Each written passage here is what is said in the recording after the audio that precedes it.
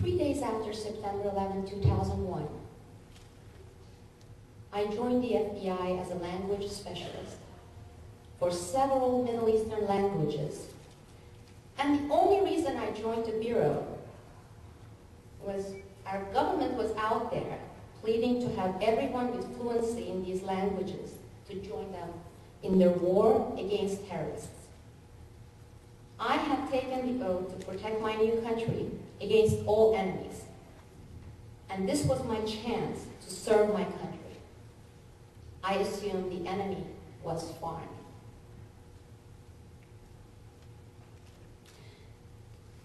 Within a few months, I came across some serious issues, wrongdoings. And some of those would be considered criminal within the FBI.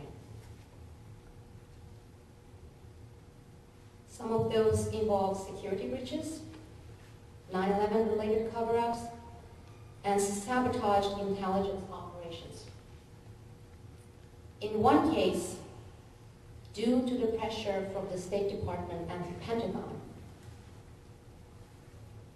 the Bureau was prevented from criminally investigating certain U.S. officials who were engaged in actions against our national security,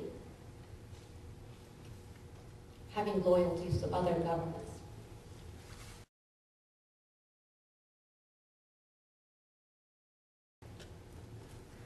I went to the Inspector General's office and I provided them with information, details, documents, names of witnesses, etc.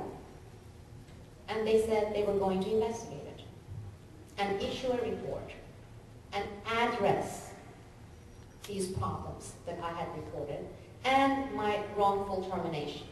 Okay. Next, I went to the Congress. I went to the appropriate committees and I abided by all the guidelines. If I had to talk about anything that I knew to be classified, I asked them to talk about those issues within an appropriate environment, what they refer to as SCIF, is a secure compartmentalized facility where you can discuss classified aspects of your case. And in my case, most of it was not really classified.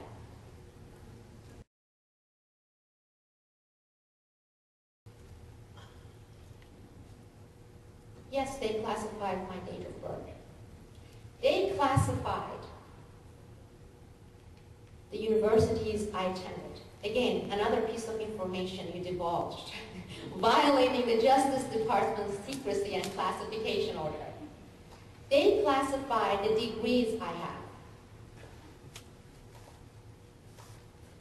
And this is one branch, this is the executive branch. Let's say they are crazy enough to, or bold enough to invoke these ridiculous privileges and claim classification so outrageously.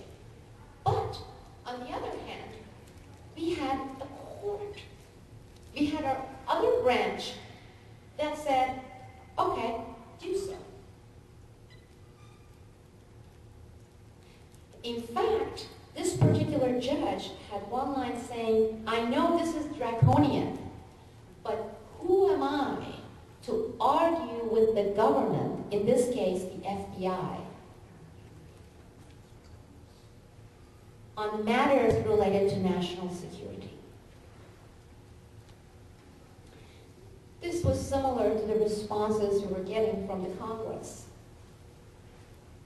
When it comes to national security, if they invoke it, then we are not going to question that. Who are we to do it?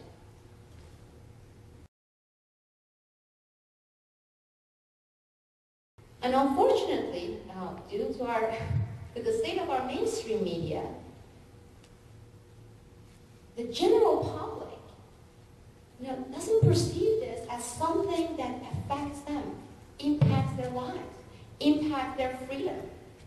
They perceive it still as isolated cases and justified by excuses such as the